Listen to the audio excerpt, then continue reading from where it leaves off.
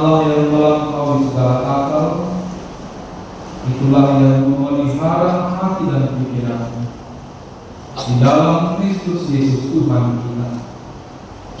Amin. Bapak Ibu Saudara yang diberkati Tuhan, selamat Advent bagi kita. Selamat Advent. Mari kita sambut firman Tuhan, berita sukacita pada Advent yang kedua ini, berdasarkan pada Injil Matius pasal yang ketiga ayat pertama hingga ayat yang ke-12. Injil Matius pasal yang ketiga ayat yang pertama hingga ayat yang ke-12 demikian dikatakan. Pada waktu itu tampillah Yohanes Pembaptis di padang gurun Yudea dan memberitakan, bertobatlah, sebab kerajaan surga sudah dekat. Sesungguhnya dialah yang dimaksudkan Nabi Yesaya ketika ia berkata, ada suara orang yang berseru-seru di padang gurun, persiapkanlah jalan untuk Tuhan, luruskanlah jalan baginya. Yohanes memakai jubah bulu unta dan ikat pinggang kulit, dan makanannya belalang dan madu unta. Maka datanglah kepadanya penduduk dari Yerusalem, dari seluruh Yudea, dan dari seluruh daerah sekitar Yordan. Lalu sambil mengaku dosanya, mereka dibaptis oleh Yohanes di sungai Yordan. Tetapi waktu ia melihat banyak orang Farisi dan orang Saduki datang untuk dibaptis, berkatalah ia kepada mereka, hai kamu keturunan ular beludak, siapakah yang mengatakan kepada kamu bahwa kamu dapat melarikan diri dari murka yang akan datang? Jadi hasilkanlah buah yang sesuai dengan pertobatan. Dan janganlah mengira bahwa kamu dapat berkata dalam hatimu, Abraham adalah bapa kamu. Karena aku berkata kepadamu, Allah dapat menjadikan anak-anak bagi Abraham dari batu-batu ini. Kapak sudah tersedia pada akar pohon, dan setiap pohon yang tidak menghasilkan buah yang baik pasti ditebang dan dibuang ke dalam api. Aku membaptis kamu dengan air sebagai tanda pertobatan, tetapi Ia yang datang kemudian daripada aku lebih berkuasa daripada aku. Aku tidak layak melepaskan kamu, aku tidak layak melepaskan kasutnya. Ia akan membaptiskan kamu dengan Roh Kudus dan dengan api. Alat penampis sudah di tangannya. Ia akan membersihkan tempat penggilingan dan mengumpulkan gandumnya ke dalam lumbung, tetapi debu jerami itu akan dibakarnya dalam api yang tidak terpadamkan. Demikian pembacaan firman Tuhan.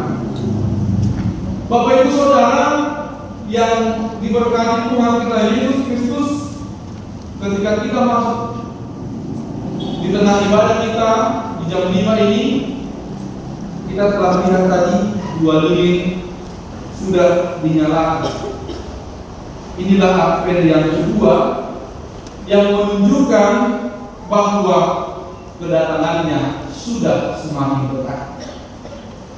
Kata Advent itu sendiri berasal dari bahasa Latin Adventus yang berarti kedatangan. Namun siapakah dia yang akan datang? Ini menjadi pertanyaan. Dia yang akan datang adalah Dia Raja Damai. Dia yang kita nanti-nantikan adalah kedatangan Kristus yang kedua kali.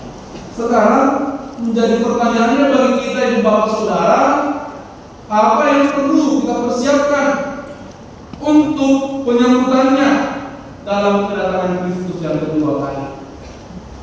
Apa yang perlu kita persiapkan dari diri kita ketika waktunya itu sudah datang? Ini yang menjadi perenungan bagi kita. Dan mungkin kita sudah banyak mempersiapkan. Mungkin kita asik mempersiapkan hal-hal untuk merayakan kedatangannya atau merayakan Natal ini, mempersiapkan berenang. Siapa yang sudah membeli berenang? Sudah.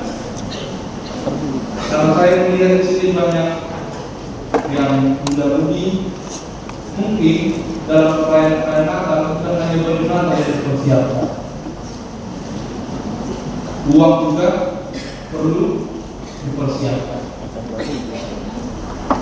Pasangan juga, ya kan?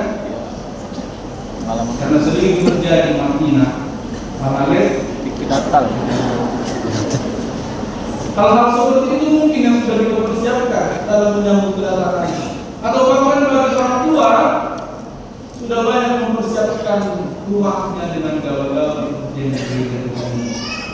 Sudah banyak mempersiapkan pohon Natal.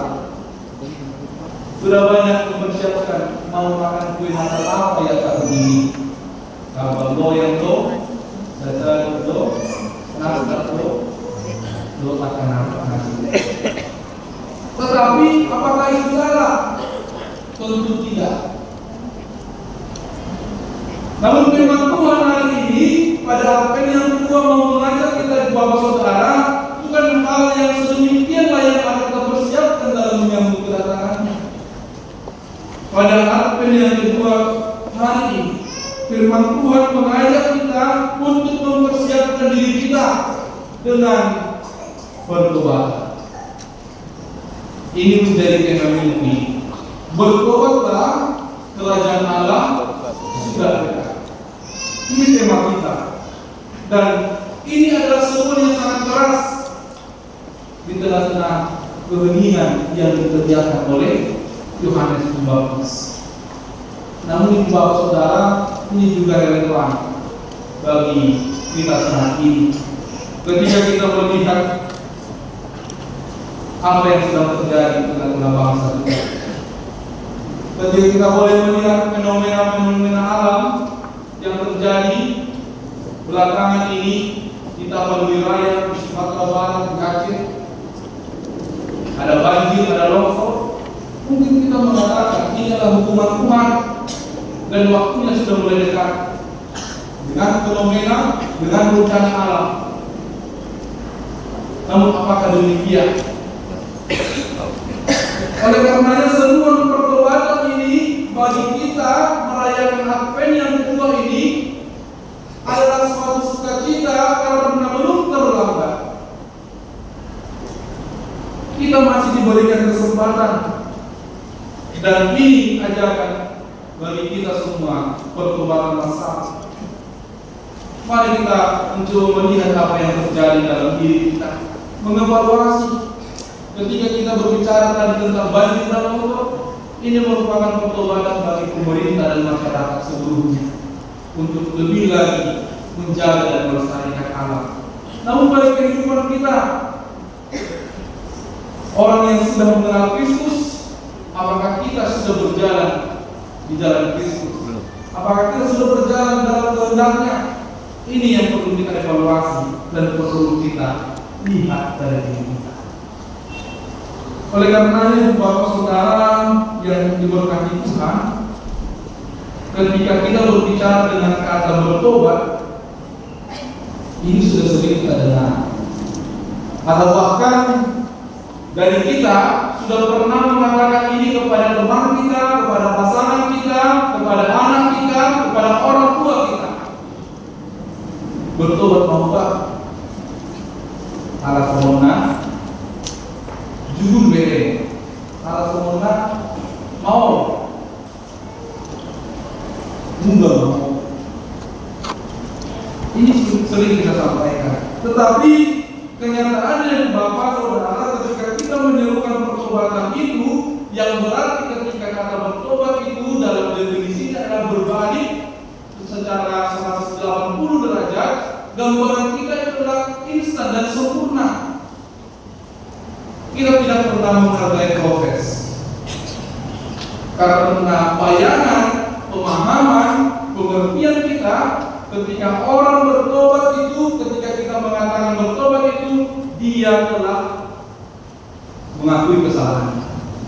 Dia telah sadar akan dosa-dosanya. Namun lebih dari itu, ketika kita berbicara dengan pertobatan atau bertobat, bukan hanya sadar tentang kesalahan, bukan hanya sadar tentang dosa, tetapi harus lebih daripada itu, menunjukkan buah pertobatan. Tidak cukup hanya mengatakan saya salah, saya mau bertobat. Oleh karenanya ketika ada kesempatan berteman, bergaya di bergaya dulu dengan kau, tolonglah kamu berdoa. Kau serius sekali, aku cuma bercandanya. Kalau kau serius menanggapi sakit hati, minta maaf mau minta. Kamu harus sesuatu perasaan dan bertobat dan mau berubah. Demikian juga mungkin kita.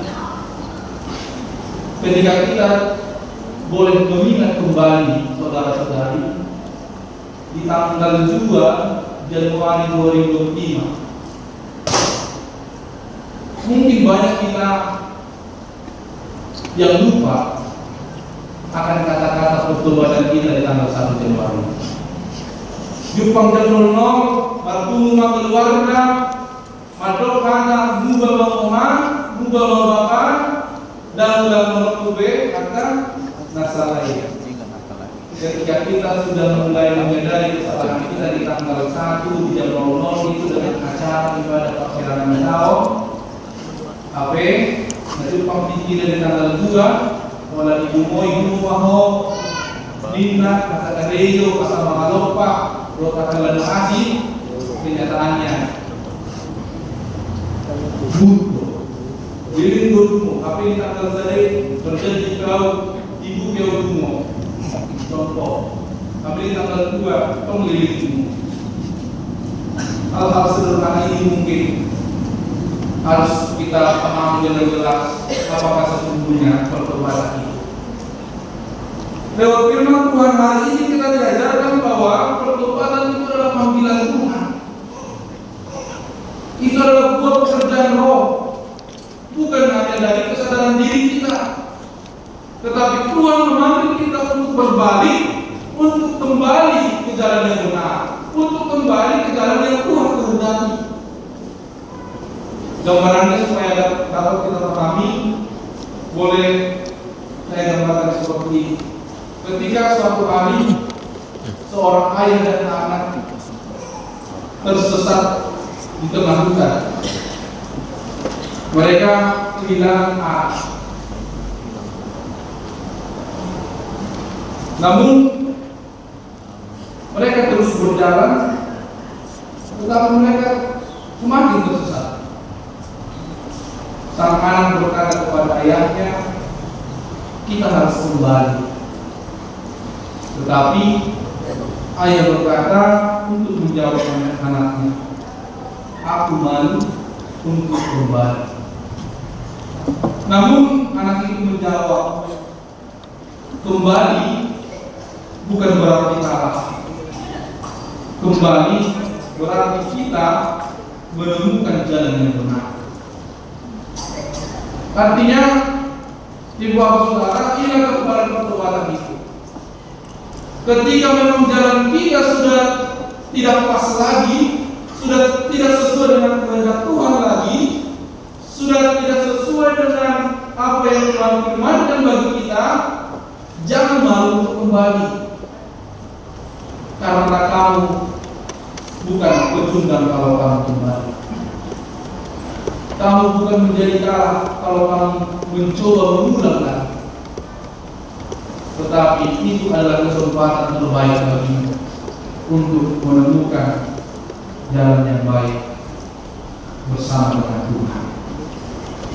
Karena ketika kita kembali, ketika kita sudah mau bertobat, Roh yang akan bekerja pada dirimu, dan sebenarnya kita telah mempersiapkan jalan yang lebar bagi Yesus untuk berkarya dalam hidup kita ketika kamu mau kembali.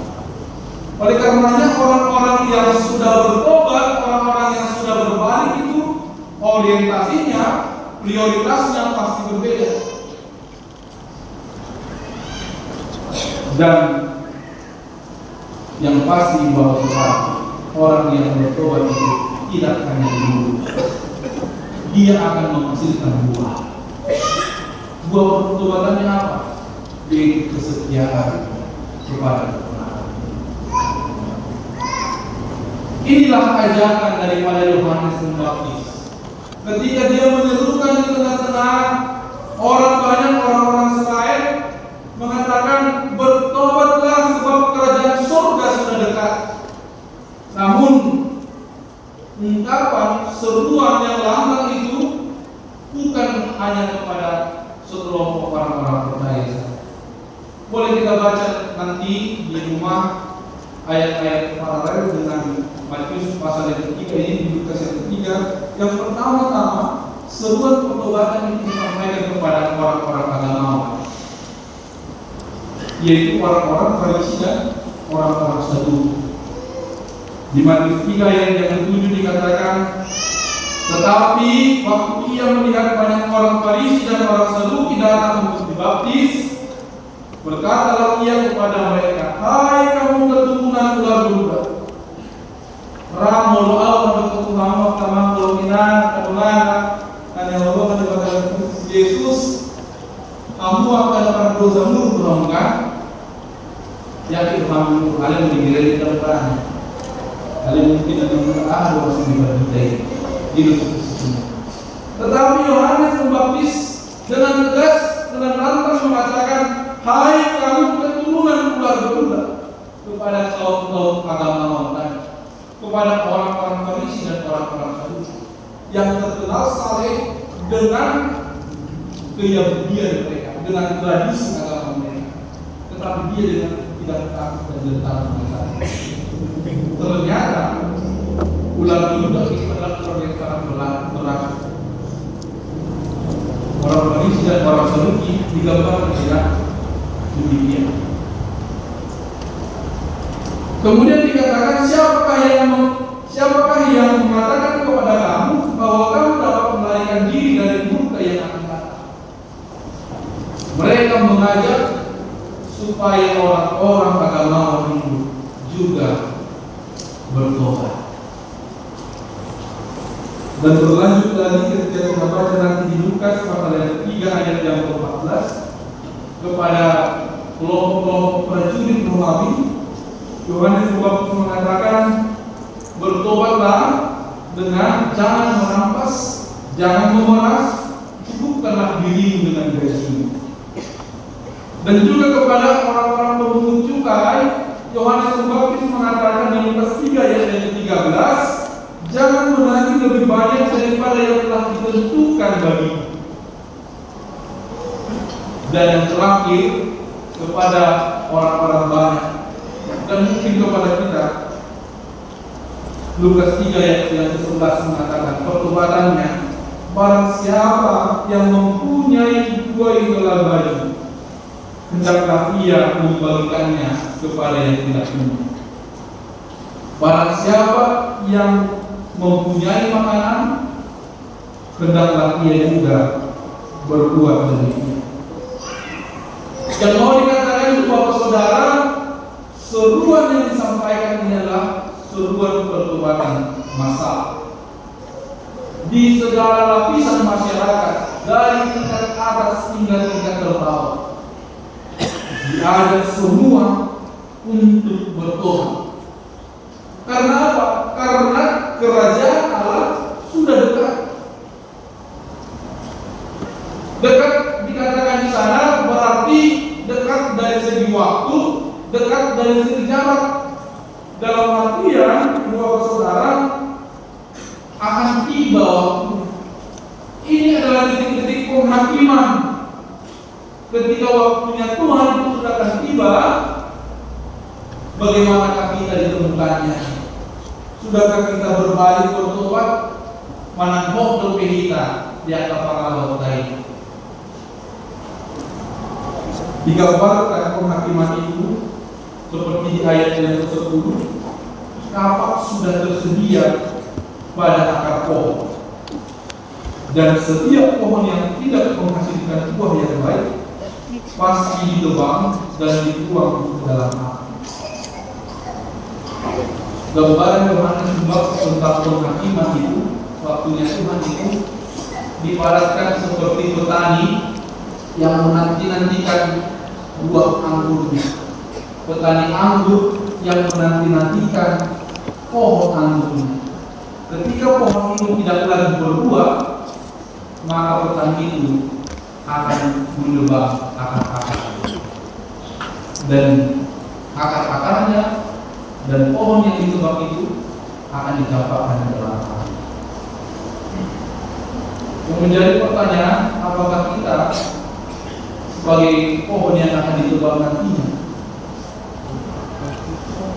ataukah kita yang telah menghasilkan buah? Ini adalah gambaran yang disampaikan oleh Tuhan. Yang kedua, dipadatkan lagi ketika waktunya sudah tiba, ketika Tuhan akan datang yang kedua kali, dipadatkan seperti tampi sudah di tangannya.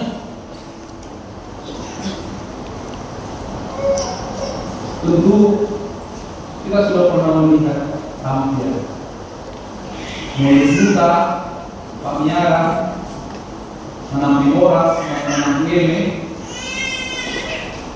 tujuannya laho, batulikon, laku, doh meninggal. Mau oras di mana? Monis, doh oras meninggal. Oleh karenanya, mulai pilihannya terbuka. Apakah kita akan menjadi labu yang akan dibuang ke perapian, atau kita menjadi buah yang bernas yang akan dimasukkan ke dalam bumi? Ayat yang ke-12 tadi jelas dikatakan, alat penampi sudah di tangannya. Ia akan membersihkan tempat penggirikannya dan mengumpulkan gandumnya ke dalam lumbung. Tetapi debu jeram itu akan dibakarnya dalam api yang tidak terpadamkan. Ini merupakan refleksi bagi kita, Bapak Saudara. Ketika seruan pertobatan ini disampaikan pada kita, ketika telah tiba waktunya, waktu Tuhan Kristus datang kedua kali, apakah kita ditemukan dalam buah yang bernas atau buah yang kosong? Itu merupakan pilihan kita. Halangi dua pemikiran lain ini waktu kita. Mubah mana-mana. Mubah mana-mana. Ini merupakan sebuah pertobatan. Oleh karenanya, Bapak Saudara yang dikasihi Tuhan, mari dalam penantian ini, di minggu Advent ini, hingga 4 kali kita merayakan dalam 4 minggu, dalam perayaan sukacita yang akan kita nantikan, pesta Natal. Mari terus mengelola sendiri kita.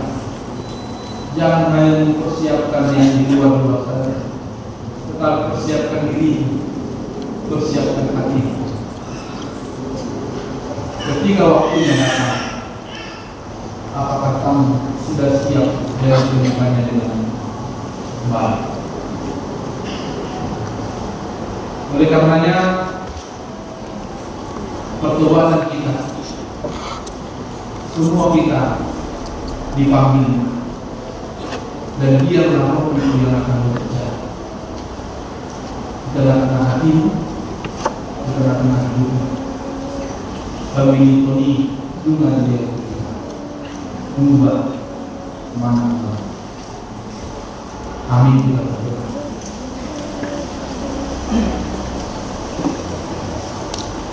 Bapa di dalam surga, kami mengucap syukur atas firman yang telah kami dengarkan. panggilan untuk bertobat, kiranya Roh yang senantiasa bekerja leluasa membaharui segala kehidupan kami lewat firman-Mu yang terus meneruskan dengar. Biarlah hati kami buka sehingga firman-Mu itu dapat membuahkan hasil yang baik, membuahkan hidup yang baik, dan kami tidak hanya orang-orang yang percaya, tetapi kami orang-orang yang Tuhan percaya melakukan kehendak Tuhan. Ya Tuhan kami mohon belas kasihan Tuhan. Kiranya Tuhan memberkati setiap kami yang hadir di sini, memberkati setiap kehidupan kami, memberkati setiap pekerjaan kami. Tuhan limpahkan bagi kami kesehatan dan kekuatan, hikmah dan kebijaksanaan di setiap pendidikan yang mungkin sedang kami kerjakan dan kami lakui. Kiranya Tuhan senantiasa beserta dengan kami sehingga kami boleh menyelesaikannya dengan baik. Ketika kami melakukan segala pekerjaan dan tugas tanggung jawab kami di masing-masing setiap pekerjaan yang telah Tuhan berikan, kiranya Tuhan yang menambahkan berkat Tuhan sehingga kami boleh semakin bersuka cita menaikkan pujian doa kami ke dalam Tuhan. Kami juga memohon belas kasihan Tuhan kepada saudara-saudari kami yang memiliki banyak kerinduan, harapan yang disampaikan lewat doa-doa mereka datang ke rumah ini Tuhan.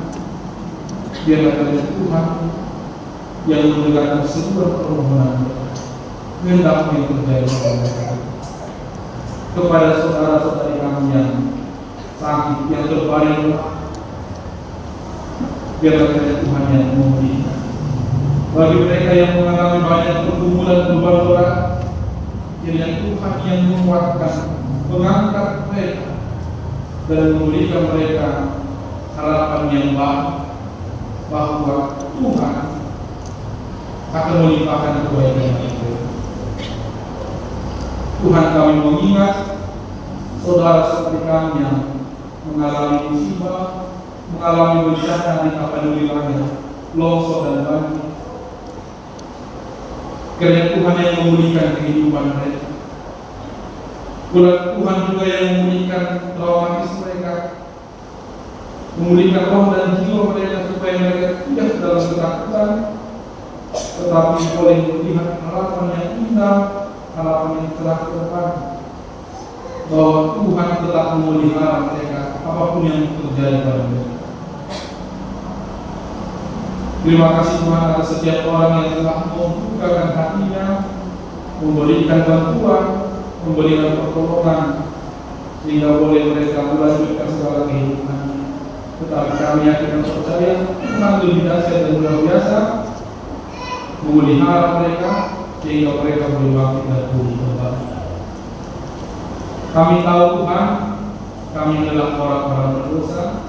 Kami mohon pengampunan dan belas kasihan Tuhan yang mungkin kami mendukakan hati teman-teman kami, saudara-saudara dan keluarga kami, terlebih mendukakan hati Tuhan. Biarlah kiranya belas kasihan dan pengampunan yang daripada Tuhan boleh kami terima, supaya kami layak menerima segala anugerah dan berkat Tuhan. Di dalam Kristus Yesus kami telah berdoa. Amin.